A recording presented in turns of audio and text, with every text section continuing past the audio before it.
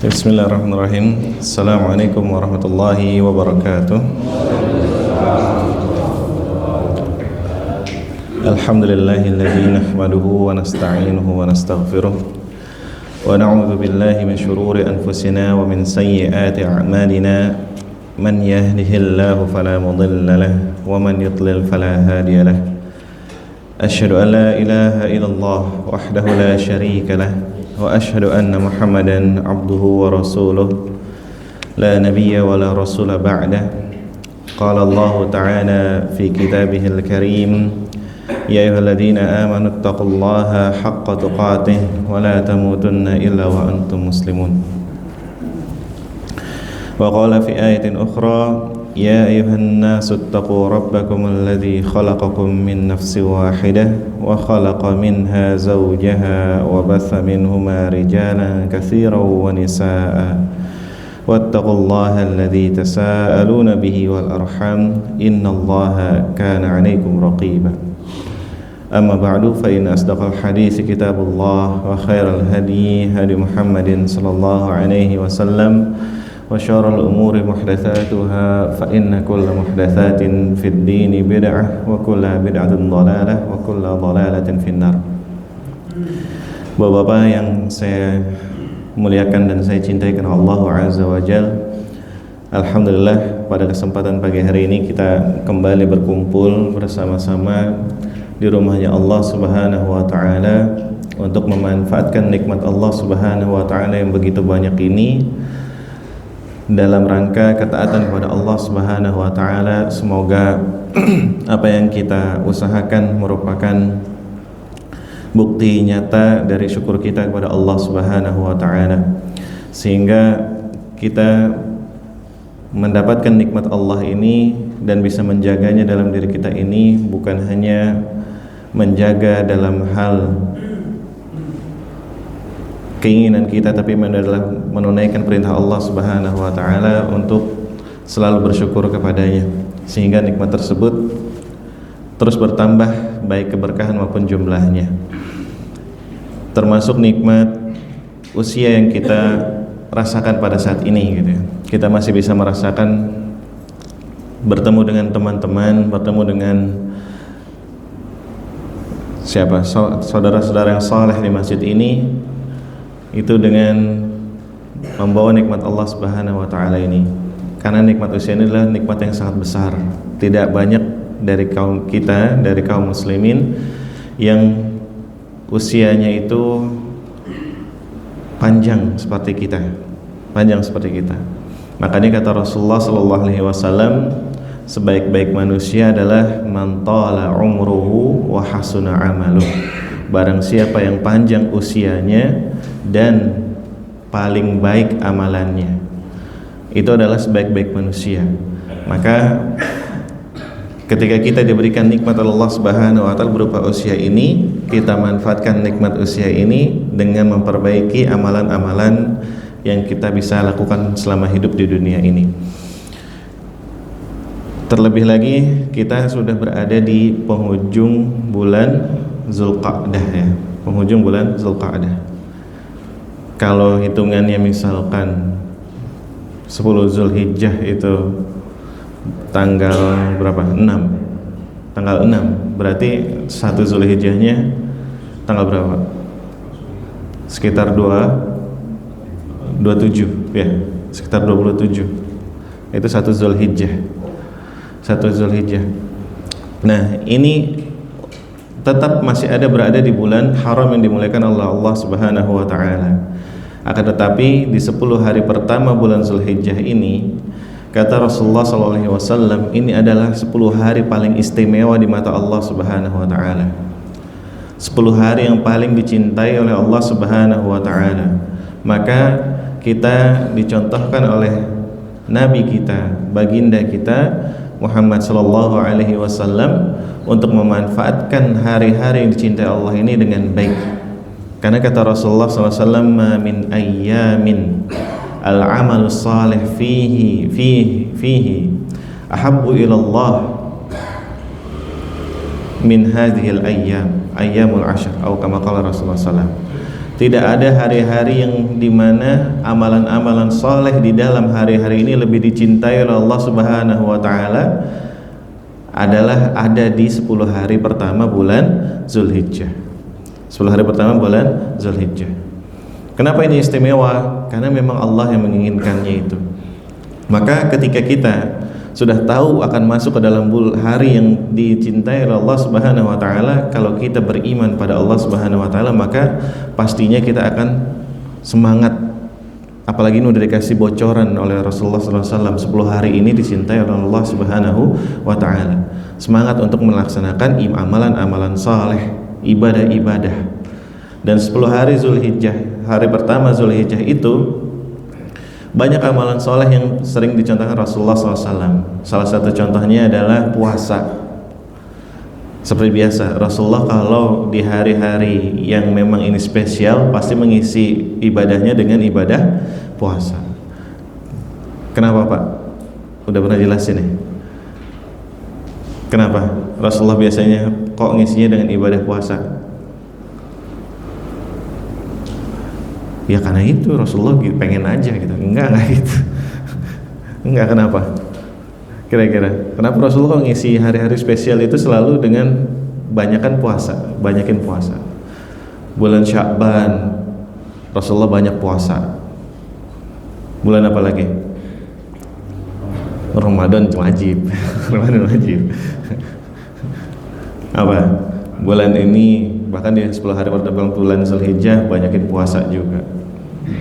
Hari Senin dan Kamis yang Rasulullah kabarkan kepada kita hari di mana diangkatnya amalan kita pekanan, Senin Kamis, Rasulullah isinya juga puasa. Kenapa? Udah pernah jelasin nih? Iya, asa. Karena puasa pahalanya langsung dari Allah Subhanahu wa Ta'ala mengganjarnya. Hitungannya itu nggak seperti amalan-amalan ibadah lainnya yang Allah sebutkan jumlahnya. Sedekah Allah lipat gandakan, disebutkan berapa kali, 10 kali lipatnya. Sholat berjamaah di masjid Allah sebutkan juga 27 kali lipat. Allah sebutkan, tapi kalau puasa enggak. Ana ajzibih, kata Allah Subhanahu wa Ta'ala, aku yang langsung mengganjarnya. Makanya di 10 hari pertama bulan Zulhijjah ini salah satu ibadah yang paling dicontohkan oleh Rasulullah SAW adalah kita berpuasa.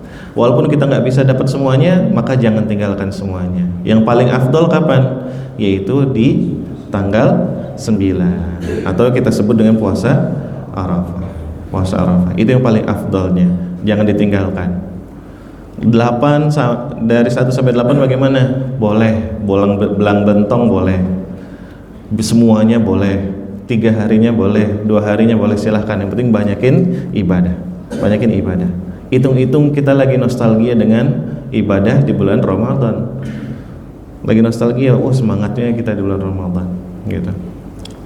Nah, makanya ini sebelum kita mulai kajian ini saya mengingatkan kepada diri saya pribadi, kepada jamaah umumnya, yuk kita semangat lagi di 10 hari bulan pertama bulan Zulhijjah ini biar kita mendapatkan pahala yang besar dari Allah Subhanahu wa Ta'ala. Karena ini adalah hari-hari di mana Allah mencintai amalan-amalan soleh yang ada di dalamnya.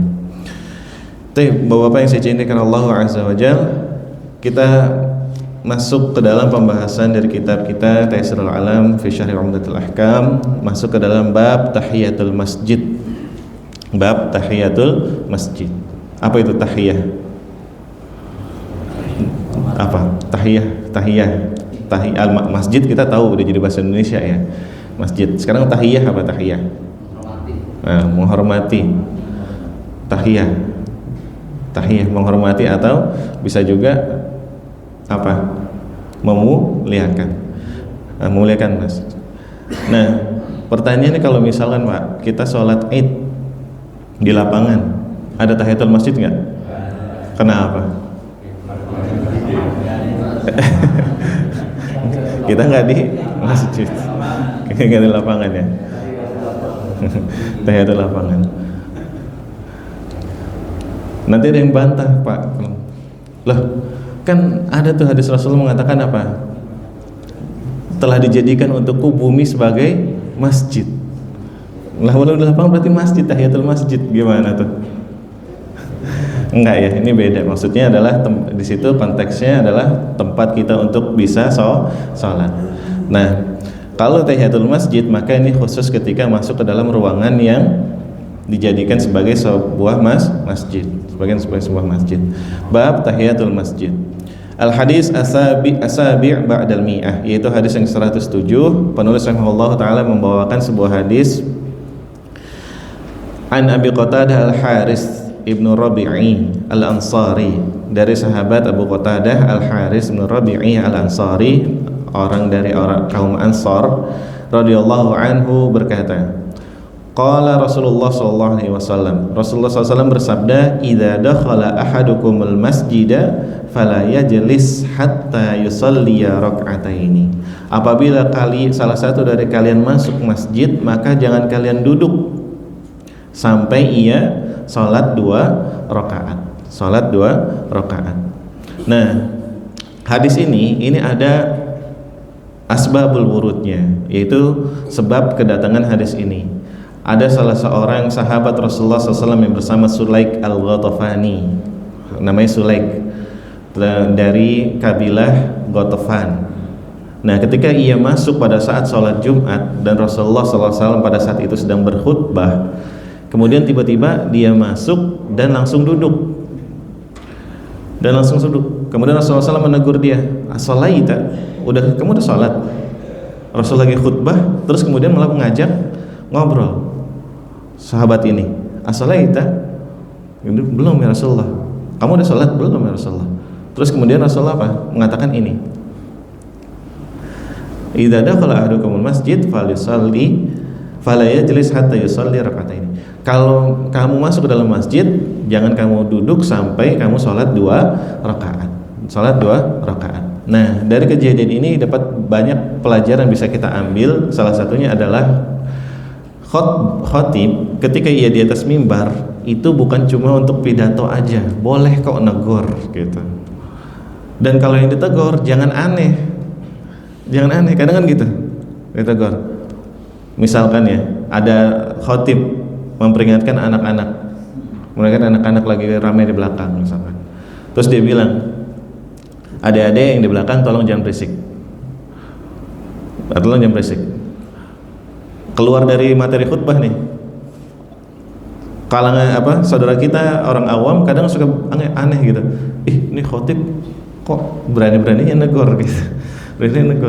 Aneh nih, keluar dari materi gitu. Enggak, Rasulullah juga pernah melaksanakan ini gitu. Bisa, Rasulullah juga menegur, boleh. Dan bahkan itu terjadi perbincangan ya. As-shalaita? Belum. Aku udah mau sholat? Belum. Gitu. Tapi ini khusus untuk siapa? Khatib sama makmumnya, jamaah, bukan makmum dengan makmum. Makmum dengan makmum tugasnya ketika sholat Jumat, khatib naik mimbar, maka tugasnya adalah dia mendengar. Jadi nggak boleh misalkan ada teman kita tiba-tiba langsung duduk, udah sholat belum gitu. Nah, ini termasuk ke dalam hadis yang menyebutkan Hadis menyebutkan kalau kamu duduk sholat Jumat mendengarkan khutbah, maka jangan berbicara gitu. Jangan berbicara. Kama qala Rasulullah. Nah, hadis ini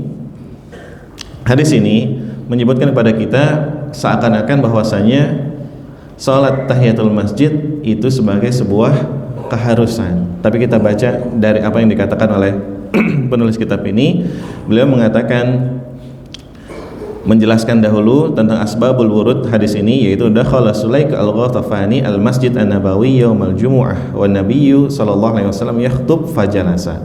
Tadi Sulaik al-Ghatafani masuk ke dalam Masjid Nabawi di hari Jumat dan Nabi SAW pada saat itu sedang berkhutbah. Kemudian ia langsung duduk. Fa'amarahu Nabi SAW. Kemudian Rasulullah SAW memerintahkan dia an yaquma wa ya'ti bi rak'ataini, memerintahkan dia untuk berdiri lagi, kemudian ia melaksanakan 2 rakaat. Tsumma akhbarahu sallallahu alaihi wasallam anna lil masajid hurmatan wa taqdiran. Kemudian Rasulullah SAW memberitahukan kepada kita bahwasanya masjid itu punya kehormatan. Fa innalaha ala dakhiliha tahiyyah, maka wajib bagi kita orang yang masuk ke dalam masjid untuk menghormati kehormatan masjid tersebut. wa hiya an la yajlisa hatta yusalli rak'ataini. Dan bagaimana menghormatinya, yaitu dengan ia tidak duduk sampai melaksanakan 2 rakaat. Walidza fa innahu lam ya'dzur wala hadzal ladzi jalasa li sima'i khutbatil jumu'ah min lisanih. Dan ini ia lakukan bukan karena uzur, tapi apa? Sulaikul Fani tiba-tiba duduk bukan karena uzur, tapi apa? Dia ingin segera untuk mendengarkan khutbah dari Rasulullah SAW. Kemudian penulis rahimahullah taala, beliau di sini membawakan ikhtilaful ulama, yaitu perbedaan di antara para ulama. Ikhtilaful ulama'u fi jawazi fi'li salawat zawatil asbab ka tahiyatil masjid aw salatil kusuf wal janazah wa qada'il faitah fi awqatin nahar. Nah, perbedaan di antara ulama dalam bolehnya melakukan salat sunnah yang ia memiliki sebab di waktu-waktu yang terlarang, seperti tahiyat masjid atau salat kusuf. Apa salat kusuf, Pak? Salat gerhana. Wal janazah, salat jenazah. Wa qada'il faitah, yaitu mengganti salat yang tertinggal. Perbedaan di antara ulama, apakah boleh ketika salat-salat yang punya sebab ini kita laksanakan di waktu-waktu terlarang? Kalau waktu itu udah kita bahas, waktu-waktu terlarang tuh kapan aja? Ingat gak? Ayo, kapan aja? Ba'da subuh, sahih. Sampai? Ba'da subuh sampai? Sampai terbit. Ini nggak boleh. Terus yang kedua, ba'da asar. Ba'da asarnya kapan? Setelah asar pokoknya gitu. Oke, kapan lagi? Satu lagi. Matahari di atas ini pas Iya, ahsan, betul. Matahari di atas ke kepala, pas masih terik-teriknya gitu. Itu 3 waktu terlarang di mana kita tidak diperbolehkan untuk sholat. Sedangkan kalau kita mau sholat yang punya sebab, sholat sunnah yang punya sebab, boleh nggak di 3 ini? Itu perbedaan di antara para ulama. Yang pertama, fadzhabal Hanafiyah wal Malikiyah wal Hanabilah. Yang pertama, yaitu pendapatnya dari kalangan ulama Hanafiyah, Malikiyah dan Hanabilah ilal mar'i min dzalika li ahadisan nahi, yaitu dilarang walaupun sholat itu punya sebab, dilarang untuk melaksanakannya di waktu-waktu yang terlarang. Apa dalilnya? Dalilnya adalah hadis-hadis yang menerangkan tentang dilarangnya kita sholat di waktu-waktu terlarang. Contohnya adalah la sholata ba'da subhi hatta tatlu'asy syams. Nggak boleh sholat setelah subuh sampai terbit matahari. Wala sholata ba'dal asri hatta taghibasy syams. Dan tidak boleh sholat setelah asar sampai matahari itu terbenam. Dan hadis-hadis lainnya menunjukkan bahwasanya dilarang kita sholat di waktu-waktu terlarang tersebut, untuk terlarang tersebut.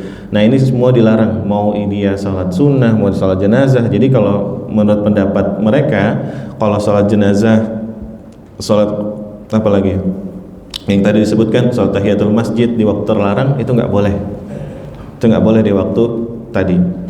Jadi kalau bapak ini misalkan kayak sekarang nih, kita lagi kajian, tiba-tiba ada teman kita sholatnya udah di masjid dekat rumahnya, ikut kajian ke sini, dia sholat di sini, pas masuk tahiyatul masjid dia nggak boleh kalau ngambil pendapat ini. Sholat jenazah pun begitu. Ketika saudaranya ada yang meninggal, biasanya mau dikuburin, misalkan dikuburnya malam, kalau ngambil pendapat ini, meninggalnya itu misalkan habis asar gitu, nggak boleh sholat jenazahnya habis asar kalau ambil pendapat ini. Maka dia ntar sholatnya kapan? Sholat jenazahnya habis maghrib gitu. Nah, ini menurut pendapat yang disebutkan oleh para ulama Hanafi dan Maliki serta Hanabilah. Pendapat yang kedua, wa dhahaba al-Imam Asy-Syafi'i wa ta'ifatun minal ulama ila jawazi dzalika bila karahiyah. Dan pendapatnya Imam Syafi'i dan ulama-ulama lainnya, sebagian besar ulama bahwasanya boleh melaksanakan sholat sunnah yang punya sebab atau sholat wajib yang punya sebab. Nah, saya bilang sholat wajib di sini bukan sholat wajib 5 waktu ya, tapi sholat wajib yang seperti kayak apa? Sholat jenazah itu wajib bukan? Wajib apa? Kifayah. Sholat mengganti kodok sholat wajib bukan? Wajib. Kalau yang dikodok adalah sholat wajib gitu. Nah, bolehnya melaksanakan di waktu-waktu terlarang tersebut, dan ia adalah wahwa riwayatun anil Imam Ahmad, dan ia adalah riwayat dari Imam Ahmad juga. Ikhtaraha Syekhul Islam Ibnu Taimiyah, dan juga dipilih pendapat ini oleh Syekhul Islam Ibnu Taimiyah. Dalilnya apa? Dalilnya dengan hadis yang tadi kita bacakan. Dan juga hadis lainnya menyebutkan bahwasanya Rasulullah SAW mengatakan, man nama an salatin aw nasiyaha falyasalli idza dzakaraha. Barang siapa yang ia lupa mengerjakan sholat atau dia ketiduran, maka ia wajib mengganti sholatnya kalau pas dia ingat. Nah, ini hadisnya lebih kuat, dan ini pendapat yang lebih kuat, bahwasanya segala macam sholat yang punya sebab maka dia boleh dilaksanakan di waktu-waktu terlarang. Nah, pertanyaannya sekarang, kalau tadi mengganti sholat, kalau sholat wajib itu wajib diganti ya Pak. Kalau ingat dia wajib diganti. Bapak ketiduran, kecapean, pulang kerja, habis maghrib langsung sholat maghrib, lagi sambil nunggu isya baca Quran. Pas baca Quran ketiduran. Nah, pas bangun jam berapapun wajib langsung sholat isya. Kalau itu nggak ada perbedaan di antara para ulama. Nah, sekarang kalau misalkan dia sholat sunnah, ia meninggalkan sholat sunnah, wajib nggak diganti? Wajib nggak diganti? Apa? Nggak usah. Kan sunnah ini Pak gitu ya. Kan sunnah ini. Nah, di sini ada beberapa kita harus ketahui bahwasanya ada beberapa sholat yang Rasulullah SAW itu nggak pernah tinggalin. Apa aja? Sholat tahajud, witir, satu lagi? Bukan. Sholat qobliyah subuh, sholat fajar. Ini nggak pernah Rasulullah tinggalin, 3 sholat sunnah ini. Nah, makanya ada hadis lain mengatakan apa? Man nama an witrihi, barang siapa yang ketiduran dari sholat witirnya, au nasiyahu, atau dia lupa, falisallihi idza dzakarahu. Barang siapa yang ia lupa atau dia ketiduran dari sholat witirnya, maka dia sholat kalau dia ingat. Nah, kembali tadi ke pertanyaan, apakah sholat sunnah ini wajib diganti apa enggak? Jawabannya adalah kalau misalkan sholat sunnah ini menjadi sebuah kebiasaan dia, boleh untuk diganti walaupun kita mengerjakannya di waktu-waktu yang terlarang. Misal Bapak sudah menjadi sebuah kebiasaan untuk sholat sunnah fajar. Saya pengen kayak Rasulullah, saya nggak mau ninggalin. Karena Rasulullah SAW ketika mukim maupun musafir, Rasulullah nggak pernah meninggalkan sholat ini. Bapak mau mencontoh sunnah Rasulullah ini, dan itu menjadi sebuah kebiasaan. Jadi sebuah kebiasaan yang nggak pernah ditinggalkan. Nah, suatu kali kayak gini, Bapak bangun pas banget komat, ambil wudhu langsung lari ke masjid, sholat. Nah, kemudian boleh nggak menggantinya habis sholat subuh? Boleh. Tapi yang lebih afdol bukan habis sholat subuh. Kapan? Setelah syuruk. Setelah syuruk itu yang paling afdal. Gitu, itu mengganti. Nah, kalau menjadi sebuah kebiasaan boleh, Pak. Tapi kalau misalkan ia tidak menjadi kebiasaan, lagi semangatnya doang nih, gitu. Biasanya nggak sholat sunnah fajar, tapi hari itu lagi semangat. Aduh, tadi sayang banget ya habis dengerin ceramah di YouTube gitu ya, malam ceramah di YouTube betapa agungnya sholat sunnah fajar, semangat tuh paginya pengen sholat sunnah fajar, qadarullah kesiangan tadi, wah pengen banget ini gimana, akhirnya sholat, habis sholat subuh. Nah itu nggak boleh. Kenapa? Dia belum menjadi kebiasaan. Dia berkebiasaan. Tapi kalau udah kebiasaan nggak apa-apa. Bahkan kalau sholat sunnah rawatib dia menjadi sebuah kebiasaan yang tidak pernah ia tinggalkan, dan suatu kali dia tinggalkan, boleh juga diganti. Boleh juga diganti. Allahu a'lam bishawab. Penulis membawakan ma yu'khadhu minal hadis, hikmah-hikmah dari hadis ini. Yang pertama adalah masyru'iyatu tahiyatil masjid li dakhilihi, yaitu disyariatkannya tahiyatul masjid untuk yang masuk ke dalam masjid. Wa dhahaba ila wujubiha az-zahiriyah, dan bahkan pendapat dari mazhab zahiri. Mazhab zahiri ini adalah mazhab yang dicetuskan oleh Daud az-Zahiri. Beliau mengambil semua dalil-dalil dan memahaminya secara literal. Jadi kalau dari hadis ini dia langsung memahami secara mentah, langsung berarti ini adalah sebuah kewajiban. Tahiyatul masjid itu wajib. Kenapa? Karena di situ Rasulullah SAW mengatakan apa? Fala yajlis, jangan kamu duduk. Perintah bukan? Perintah. Pada asalnya perintah berarti sebuah apa? Kewajiban. Maka kata ulama-ulama zahiri, ulama-ulama berpendapat zahiriyah ini berpendapat bahwasanya tahiyatul masjid itu hukumnya wajib.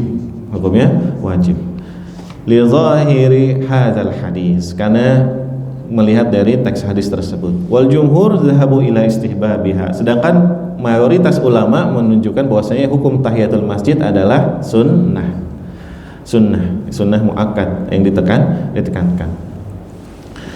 Taib. Yang kedua, annaha masyru'atun lidakhilil masjidi fi kulli waqtin. Bahwasanya ini disyariatkan untuk yang masuk masjid itu di setiap waktu. Maksudnya apa? Kita melaksanakan sholat tahiyatul masjid ini kapanpun kita masuk masjid, maka disunahkan untuk melaksanakan sholat tahiyatul masjid. Walau kana waqtu nahyin li'umumil hadis, walaupun dia sedang berada di waktu terlarang. Kemudian yang ketiga, istihbabul wudu lidakhilil masjid. Nah, karena dia disunahkan untuk sholat tahiyatul masjid, maka disunahkan juga untuk berwudu sebelum masuk ke dalam masjid. Nah, ini adalah sebuah sunnah juga, sebelum masuk ke dalam masjid kita berwudu. Kadang suka lewat kalau ini ya Pak, pas buka puasa gitu ya, yang azan belum wudu, buka dulu, ngambil makan di sana, minum sebentar, langsung masuk azan gitu. Akhirnya dia lupa wudu gitu ya. Nah, ini asalnya adalah jangan dilakukan. Tetap berwudu kemudian masuk ke dalam masjid. Li'alla tafutahu hadhihi shalah al-ma'mur biha, agar ia tidak ketinggalan untuk melaksanakan salat yang diperintahkan ini. Yang keempat, qayyadal ulama al-masjidil haram bi anna tahiyatahu at-tawaf. Para ulama membatasi sholat tahiyatul masjid ini di Masjidil Haram. Maksudnya apa? Di Masjidil Haram ini para ulama membolehkan untuk tidak melaksanakan sholat tahiyatul masjid. Kenapa? Karena di Masjidil Haram sholat tahiyatul masjidnya adalah dengan at-tawaf, yaitu dengan tawaf. Tapi lakin man lam yuridit tawaf, tetapi barang siapa yang ia tidak mau melaksanakan tawaf, au yasyuk alaihi, atau dia sulit untuk melaksanakan tawaf, kayak sekarang ya Pak ya. Kalau sekarang yang tawaf itu syaratnya harus apa? Pakai baju ihram. Kalau dulu bebas. Kalau sekarang mau tawaf nggak boleh kalau nggak pakai baju ihram. Nah ini nggak bisa kita tawaf dulu gitu. Nggak bisa tawaf dulu. Lalu bagaimana? Falayam bagi an yada'as shalah, maka tidak sepatutnya ia meninggalkan sholat tahiyatul masjid. Bal yusolli raka'ataini, harusnya dia melaksanakan 2 rakaat tahiyatul masjid. Nah, jadi kalau yang nggak bisa tawaf, sholat sunnah tahiyatul masjid. Kalau sudah tawaf, nggak masalah, nggak melaksanakan sholat tahiyatul masjid. Taib. Kita lanjut ke bab selanjutnya, babun nahyi 'anil kalami fis shalah, yaitu bab larangan untuk berbicara di dalam salat. Hadis as-samin ba'dal mi'ah, hadis yang 108. an Zaid bin Arqam, salah seorang sahabat dari suku Khazraj dari Madinah, radhiyallahu anhu, semoga Allah meridainya, qala, ia berkata, kunna natakallamu fi sholati yukallimur rajulu minna sahibahu. Dulu kita itu berbicara dalam salat, salah seorang berbicara dari kami berbicara dengan temannya, wa huwa ila janbihi, dan teman itu ada di sebelahnya, fis shalah, dalam keadaan salat, hatta nazalat wa qumu lillahi qanitin, sampai turun ayat dan laksanakanlah dan dirikanlah salat dengan qanitin. Apa ini qanitin? Nanti kan kita jelaskan. Fa umirna bis sukut wa nuhina 'anil kalam. Kemudian kami diperintahkan oleh Rasulullah SAW untuk diam dan dilarang untuk berbicara. Dari hadis ini kita bisa melihat bahwasanya dulu pada saat syariat ini, salat ini turun, sahabat itu masih boleh untuk apa? Ngobrol di salatnya, Pak. Masih boleh ngobrol di dalam salatnya. Tapi qadril hajah, yang ia butuhkan aja. Yang ia butuhkan aja. Nah, masih boleh untuk ngobrol sampai turun ayat wa qumu lillahi qanitin, yaitu dirikanlah salat dengan qanit. Apa itu qanit? Qanit itu banyak artinya. Banyak artinya.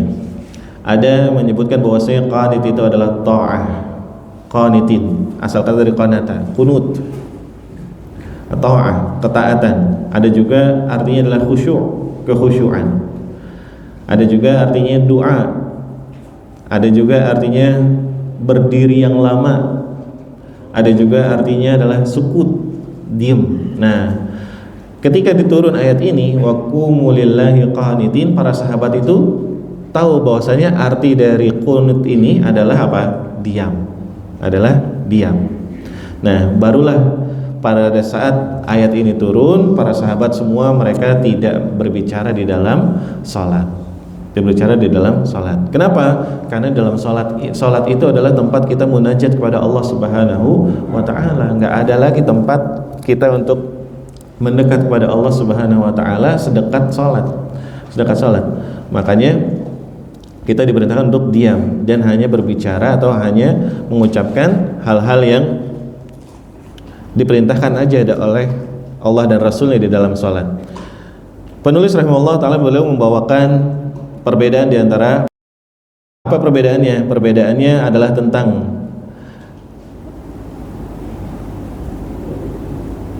apakah kalau dia bicara dengan sengaja, kalau ini menjadi sebuah kesepakatan para ulama. Ajma'al ulama wa ala butlani salatin man takallama fiha 'amidan li ghairi maslahatiha.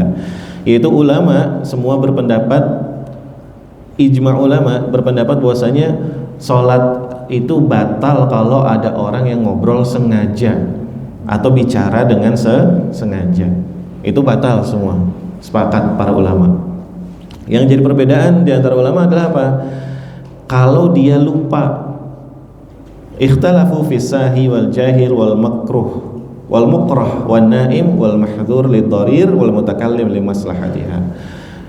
Kalau dia lupa, kalau dia nggak tahu tentang permasalahan agama, atau jahil, atau dia dipaksa, atau dia ketiduran, atau dia punya hajat ketika berbicara di situ, gitu. Apakah ini batal? Gitu ya. Apakah ini batal? Nah, kayak misalkan kita contohnya kalau misalkan lupa sholat tapi lupa dan dia ngomong gitu. Subhanallah diperintahkan kalau emang imamnya lupa. Kalau ada hadis menyebutkan apa? Nanti akan saya disebutkan. Ada hadis yang menyebutkan bahwasanya dulu ada seorang sahabat yang dia itu bersin. Dia bersin. Nah, Hashim dia alhamdulillah. Sahabat sebelahnya langsung doain, yarhamukallah. Nah, ini ditegur oleh Rasulullah SAW. Tegur oleh Rasulullah SAW. Nah, kalau kita nggak sengaja kayak misalkan kira-kira yang kita lupa. Nah, itu nanti kita bahas, ada lagi. Apakah itu termasuk bicara atau bukan? Apa? Misalkan kayak imam agak latah gitu ya. Imam agak latah. Ketika salah, dia ngomongnya bukan diam, tapi apa? Dia ngomong gitu. Itu bicara nggak? Bicara. Tapi sengaja nggak? Kan kadang suka nggak sadar, latah dia. Gitu. Nah. Gitu. Nah itu apakah itu batal atau tidak? Apakah itu batal atau tidak? Atau makmum misalkan gitu. Makmum lagi sholat, terus kemudian apa? Tiba-tiba anaknya lompat dari belakang, nubruk dia gitu. Terus, aduh, misalkan gitu. Aduh. Gitu. Nah itu batal atau tidak? Nafadzahaba al-Hanabilah. Pendapat yang pertama adalah butlanis shalah. Dia membatal dari pendapat ulama Hambali bahwasanya itu membatalkan salat. Amalan bihadzal hadis, yaitu sesuai dengan hadis yang tadi kita bacakan.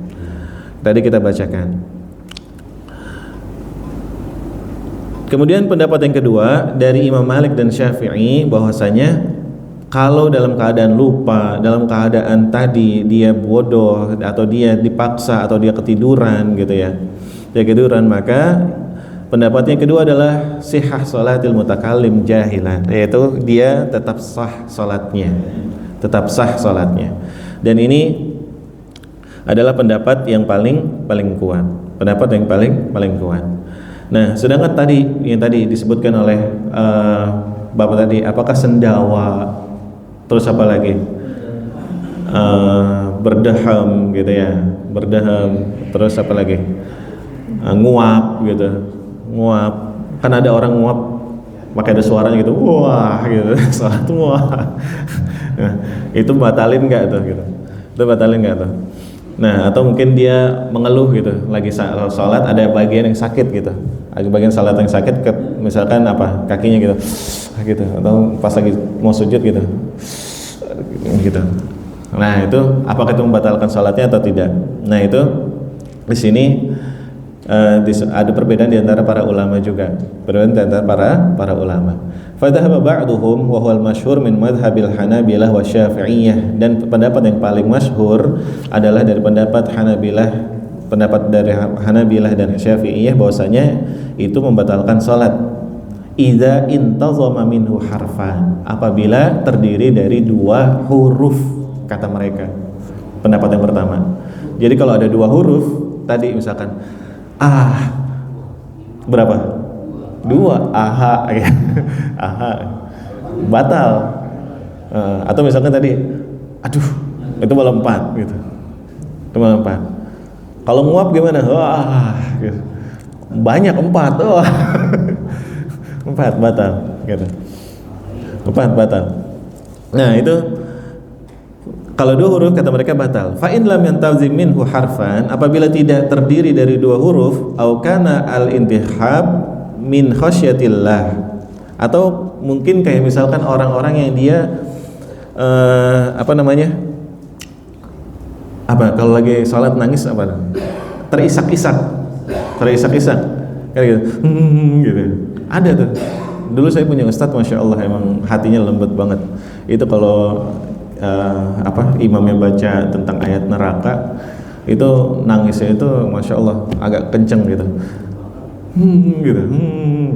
Pokoknya kedengaran gitu. Nah, kalau kayak seperti itu karena dia takut kepada Allah, awit tanah, apa itu nah, berdaham li hajatin, karena dia punya hajat. Fa madhhabul Hanabilah annahu la yubtilus shalah. Kalau seperti itu tidak membatalkan salat gitu. Jadi pendapat pertama tadi membatalkan salat kalau terdiri dari 2 huruf. Tapi kalau 2 huruf ini tidak 2 huruf ini karena sebab dia tadi takut karena Allah, terus kemudian emang ada hajatnya, maka tidak batal. Nah, pendapat yang kedua bahwasanya ia tidak membatalkan sholat karena punya hajat. Namun kalau misalkan tadi yang masalah menguap, maka ini sebaiknya dihindari. Apalagi ada perintah Rasulullah SAW ketika kita menguap untuk menahan mulut kita. Apalagi dalam sholat, kalau di luar sholat aja kita diperintahkan untuk menahan mulut kita ketika nguap, apalagi di dalam sholat. Nah, karena itu adab. Kalau kita ke orang aja gitu ya, ke orang aja, itu sebuah adab yang dianggap sebagai adab yang buruk. Apalagi ini di dalam sholat, kita menghadap Allah malah suaranya kencang gitu, suara kencang, wah gitu. Nah itu yang harus diperhatikan dalam kita untuk beradab kepada Allah di dalam salat. Baik. Kemudian penulis rahimahullah taala di sini menyebutkan ada perkataan dari Syekhul Islam Ibnu Taimiyah rahimahullah taala dalam kitabnya Al-Ikhtiyarat. Beliau mengatakan wal azhar anna as-salata tubtilu bil qahqahati idza kana fiha aswatun 'aliyah tunafi al-khusyu' al-wajib fi shalah.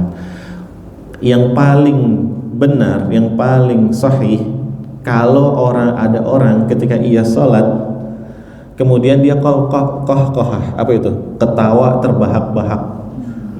Tawa terbahak-bahak itu ada sampai suaranya kedengeran dan itu menghilangkan kekhusyuan, maka ini adalah membatalkan sholat. Kenapa? Fiha minal istighfaf wa tala'ub, karena di dalamnya itu ada rasa merendahkan dari ibadah sholat tersebut dan bermain-main di dalam ibadah sholat tersebut. Ma yunaqidul maqsud minas sholat, yang itu menghilangkan maksud dari sholat. Apa maksud dari sholat? Mendapatkan kekhusyuan. Fa'talat lidzalika likauniha kalaman. Kalau ini disebut, kalau ketawa terbahak-bahak barulah ini disebut dengan bicara juga, termasuk ke dalam bicara. Tapi kalau misalkan kita cuma nyengir doang, Pak, batal nggak? Ngelihat kita lagi sholat, anak kita tingkah polanya lucu gitu, terus cuma gitu, atau langsung nutup gitu, batal nggak? Enggak. Kalau kayak gitu enggak batal. Ya, cuma kehilangan khusyuk gitu ya, enggak batal. Gitu. Tapi kalau terlalu tertawa terbahak-bahak gitu ya, terlalu terbahak-bahak, ya itu baru batalkan salat. Nah, makanya ini pentingnya kita mengetahui tentang belajar tentang ilmu fikih, terutama fikih dalam salat. Karena terkadang kalau kita bodoh dalam ilmu fikih salat ini, itu menjadi salat kita menjadi tidak sah dan bahkan menjadi membatalkan salat kita. Kalau dulu ada ini ya, ada anekdot yang kalau orang nggak belajar fikih salat itu, pernah suatu kali ketika imamnya mengimami 2 orang, pernah dengar nggak? 2 orang makmum, 3 orang makmum gitu.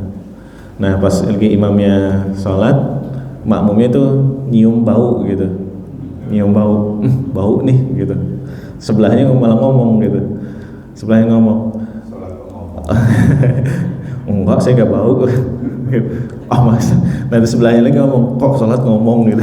Nah itu kalau kita nggak tahu fikih sholat itu udah, terus imamnya balik gitu ya, diem, gitu kan, batal semua gitu. Nah itu kalau nggak tahu fikih salat seperti itu. Nah itu anekdot dulu tuh, saya pernah dengar seperti itu.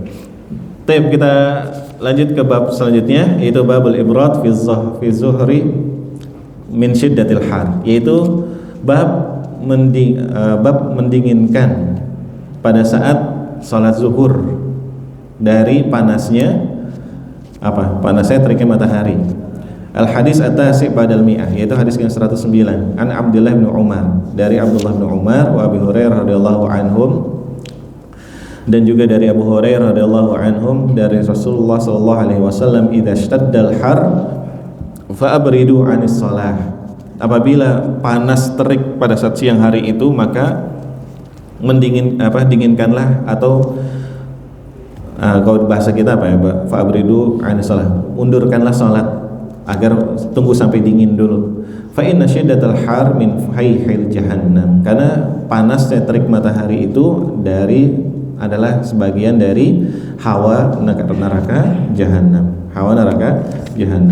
Terus kemudian hadis yang selanjutnya, yang masih bab ini, an Anas bin Malik radhiyallahu anhu qala kunna nusalli ma'a Rasulullah sallallahu alaihi wasallam fi syiddatil har. Kami dahulu itu sholat bersama Rasulullah SAW pada saat teriknya matahari. Fa idza lam yastati ahaduna, dan apabila salah satu dari kita itu enggak mampu untuk an yumakkin jabhatahu, untuk meletakkan jidatnya minal ardi di atas tanah, basata saubahu fasajada alaih, ia membentangkan bajunya kemudian sujud di atasnya. Nah, di dua hadis ini mungkin sekilas terlihat ada pertentangan. Yang pertama di sini Rasulullah SAW, hadis yang pertama Rasulullah SAW memerintahkan kita untuk apa? Mengakhirkan sholat, mengundurkan sholat sampai dingin. Tapi di hadis yang kedua ini Rasulullah tetap melaksanakan sholat pada saat masih panas-panasnya. Ini bagaimana? Iya, ini adalah sebuah sunnah yang Rasulullah SAW contohkan kepada kita. Boleh kok ketika kita tidak mampu untuk melawan panasnya matahari itu untuk mengundurkan sholat. Tapi ini kalau masjidnya terbuka. Kalau dulu di zaman Rasulullah SAW itu kan masjidnya nggak ada atapnya Pak. Yang ada atapnya itu bagian depan doang, bagian imam sama shaf pertama atau shaf kedua, gitu. Shaf selanjutnya belum.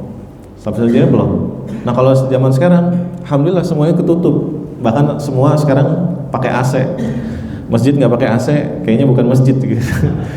Sekarang kayak gitu. Makanya, nah kalau ini nggak ada, bukan berarti syariat ini hilang, enggak. Tapi apa? Tapi kalau gini alasan atau sebab mengundurkannya itu udah nggak ada. Jadi kita nggak ada alasan untuk nggak sholat zuhur tepat waktu gitu, atau mengakhirkan sholat zuhur gitu. Itu nggak ada alasan itu gitu. Kalau dulu ada alasan mengakhirkan sholat zuhur berjamaah karena panasnya matahari itu. Nah kalau sekarang nggak ada. Nah artinya apa? Rasulullah SAW pernah melakukan mengundurkan, juga pernah melakukan pada saat terik matahari. Terus kemudian permasalahan yang kedua di hadis yang kedua ini adalah para sahabat, mereka ketika panasnya matahari itu mereka membentangkan bajunya. Jadi baju mereka pada saat sholat itu seperti gamis, berarti Pak, seperti gamis. Jadi ketika sholat bajunya ditaruh di tempat jidatnya, baru mereka sholat. Jadi gamis yang ada belahan samping kanan kiri itu bisa dibentangkan, dan itu panjang, gitu. Itu panjang berarti. Itu panjang. Nah kalau sekarang kan kita agak sulit ya, baju kita ngepas gitu ya. Kalau sarung saya masukin ke atas kan kelihatan aurat gitu ya. Nah kalau jubah juga sama gitu, nggak mungkin juga kalau jubah ya. Nah itu bagaimana? Nah kata para ulama disebutkan bahwasanya kalau sholat meletakkan di atas tanah itu dari pakaian yang ia bersambung dengan badannya, itu hanya untuk pada saat punya kebutuhan saja. Jadi kayak tadi, ini kebutuhannya karena panas, itu boleh. Tapi kalau nggak ada kebutuhan, itu nggak boleh. Kalau misalkan tidak tersambung dengan badannya, kayak kita pakai sejadah, nah itu boleh. Itu boleh, itu nggak ada perbedaan di antara para ulama. Tapi kalau yang berbeda dengan para ulama, kalau misalkan bajunya itu atau alasnya itu bersambung dengan badannya, itu yang diperselisihkan di antara para ulama.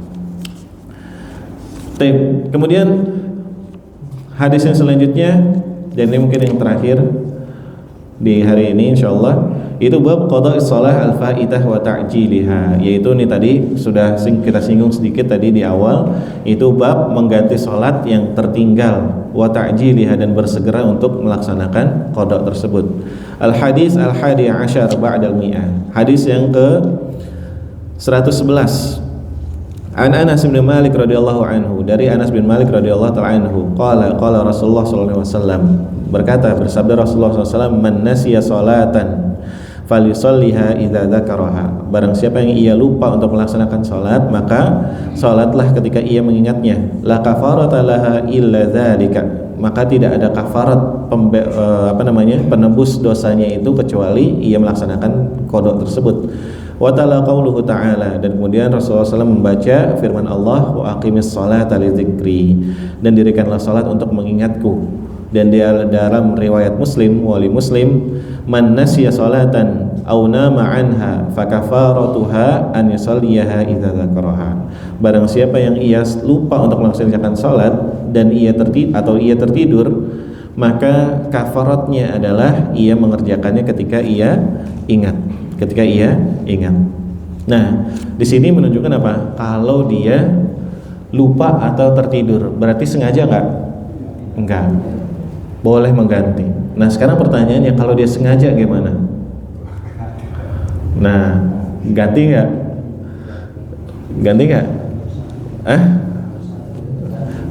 Dosa tapi tetap kan ganti. Nah, kayak sekarang banyak kaum muslimin kita, mereka meninggalkan sholat sengaja, Pak. Sengaja gitu ya. Bangsa sengaja. Nah, ini bagaimana? Kalau dia misalkan bertobat dan itu misalkan dia baru meninggalkan satu sholat gitu ya, satu sholat dia sengaja gitu, saya nggak sholat hari ini ya, pengen main atau apalah gitu. Nah, terus habis itu dia habis subuh misalkan, wah saya nyesal deh gitu. Nah, ini ganti, masih dikit tuh ganti. Tapi kalau misalnya udah lama bertahun-tahun dia tinggalkan sholat, bagaimana? Ganti nggak? Dia dari balik sampai usia dia 30 tahun baru dia taubat nasuha. Salatnya gimana? Baliknya dari umur 15, berarti 15 tahun dia nggak salat. Selama 15 tahun salatnya gimana? Diganti nggak? Nah, ini perbedaan di antara para ulama. Salah satunya adalah Imam Syafi'i rahimahullah taala, beliau menyebutkan bahwasanya kalau hal seperti ini dan ia bertobat itu wajib diganti 15 tahun. Jadi setiap habis sholat zuhur dia ada sholat lagi, sholat ganti terus sampai dia ngitung tuh berapa gitu. Kalau ulama lainnya selain Imam Syafi'i rahimahullah taala, beliau menyebutkan enggak diganti, tapi dia wajib bertaubat taubatan nasuha dan tidak pernah mengulanginya lagi gitu. Kata Rasulullah SAW kan menyebutkan at-taibu minadz-dzanbi kama la dzanba lahu. Orang yang bertaubat dari sebuah dosa seakan-akan ia tidak mengerjakan dosa tersebut. Artinya apa? Dosa itu terhapus kalau dia benar-benar bertobat taubatan nasuha. Makanya Islam ini mudah. Ntar kalaupun misalkan memang menyesalnya sangat, mau ngambil pendapat Imam Syafi'i juga boleh gitu. Saya mau ngerjain sholat, saya 15 tahun gitu. Atau saya mungkin 30 tahun meninggalkan sholat gitu. Mau sholat zuhur habis itu sholat ganti lagi, ya silahkan menurut pendapat Imam Syafi'i boleh, kayak gitu. Allahu a'lam bishawab. Tapi jumhur ulama menyebutkan dia nggak usah diganti, tapi dia benar-benar bertobat taubatan nasuha. Allahu a'lam bishawab. Sampai di sini mungkin ada yang mau ditanyakan, kami persilahkan. Fadal Pak. Waalaikumsalam warahmatullahi wabarakatuh. Bagaimana menyikapi kalau pas kita di sholat sunat duha di rumah, ada tamu, assalamualaikum, kan sedangkan dia bilang tidak boleh. Jawab, meluangkan apa huruf nggak boleh, gimana?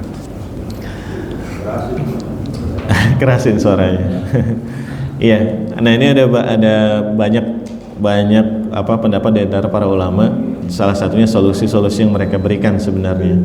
Yang jelas karena kita nggak boleh, solusi banyak para ulama menyebutkan, ada yang menyebutkan dikeraskan takbirnya gitu. Ada yang menyebutkan ya kalau misalkan deket buka aja gitu, biar dia tahu kita lagi sholat. Kenapa? Karena dulu Rasulullah SAW ketika Aisyah mau masuk ke dalam rumahnya, Rasulullah SAW sedang sholat. Terus kemudian apa? Rasulullah maju dari sholatnya, buka pintu, balik lagi ke sholatnya gitu. Itu ada juga seperti itu. Ada juga diemin aja gitu, atau kita percepat sholatnya, jangan lama-lama gitu, jangan lama-lama. Nah, Allahu a'lam, dari yang sebab tersebut, dari solusi-solusi tersebut, silahkan pilih yang paling baik lah, paling baik dari untuk kita, agar para tamu itu tahu kalau kita sedang melaksanakan sholat di rumah. Ada juga yang menyebutkan bahkan kalau sholat sunnah dan emang itu urgent, maksudnya dia ada masalah yang urgent gitu, itu dibatalkan juga nggak masalah gitu. Karena ada seperti itu, pendapatnya seperti itu. Allahu a'lam bishawab. Oh ya. Ini sholat berjamaah ya. Kalau kita sebagai makmum atau imam pada saat rakaat terakhir kita kebelet pipis atau kebelet jentut gitu. Sebaiknya mau kita batalkan atau enggak? Kebelet banget kan Pak? Iya, betul. Wah, batalin. Batalin. Karena Rasulullah SAW menyebutkan apa? La salata bi hadrati ta'am wala huwa yadfa'ul akhbasan. Rasulullah mengatakan apa? Tidak ada sholat ketika hadir makanan dan juga tidak ada sholat untuk yang menahan hajat. Menahan hajat. Nah itu maksudnya apa? Para ulama juga menyebutkan hadis ini menyebutkan bahwasanya jangan sampai sholat itu terganggu khusyuannya karena hal-hal yang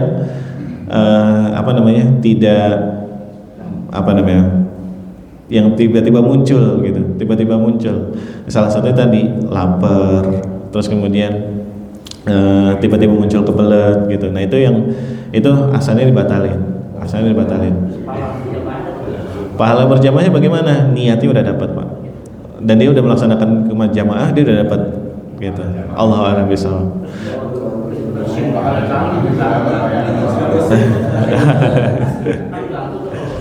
Nah, kalau bersin jangan ditahan Pak. Rasulullah nggak pernah ditahan. Dan sahabat juga itu ketika bersin juga nggak tahan. Ya bersin aja gitu. Cuma pakai adabnya ditutup gitu. Jangan haji. kanan kiri aja. Enggak. Kalau itu enggak. Tapi kalau emang bersin, emang itu kebutuhan, dan itu kan kebutuhan yang emang refleks ya, bukan yang kita inginkan gitu. Iya, bukan kita inginkan. Kalau itu nggak bisa ditahan, ya itu kalau bersin aja gitu, keluarkan aja. Nah, masalahnya kalau yang kayak tadi, kebelet, walaupun ini 5 menit lagi, 5 menit lagi salam nih kayaknya nih gitu. Kelamaan ya, misalkan ini kayak dikit lagi salam nih gitu. Tapi ini udah di ujung juga, kalau ditahan dikit lagi bakalan keluar gitu. Nah itu mendingan batalin. Kalau cuma kerasa dikit, itu masih lanjut aja dulu gitu. Tapi kalau kayak tadi gitu, ini udah kadang orang kebelet BAB gitu kan, itu bisa kerasa ya kalau itu udah di ujung banget tuh kerasa gitu, di ujung banget tuh kesana. Nah itu asalnya langsung dibatalin, gitu. Allahu a'lam bishawab. Kalau salat jamaah insyaallah udah dapat Pak nilainya. Ya. Pahalanya insyaallah mudah-mudahan. Ya. Mudah-mudahan Allah hitung, perhitungan Allah beda lah sama kita lah ya. Allahu a'lam.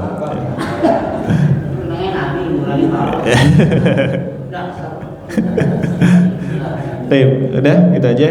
Insyaallah kalau nggak ada lagi kita tutup dengan doa kafaratul majelis. Subhanakallah bihamdika asyhadu an la ilaha illa anta astaghfiruka wa atubu ilaik. Assalamualaikum warahmatullahi wabarakatuh.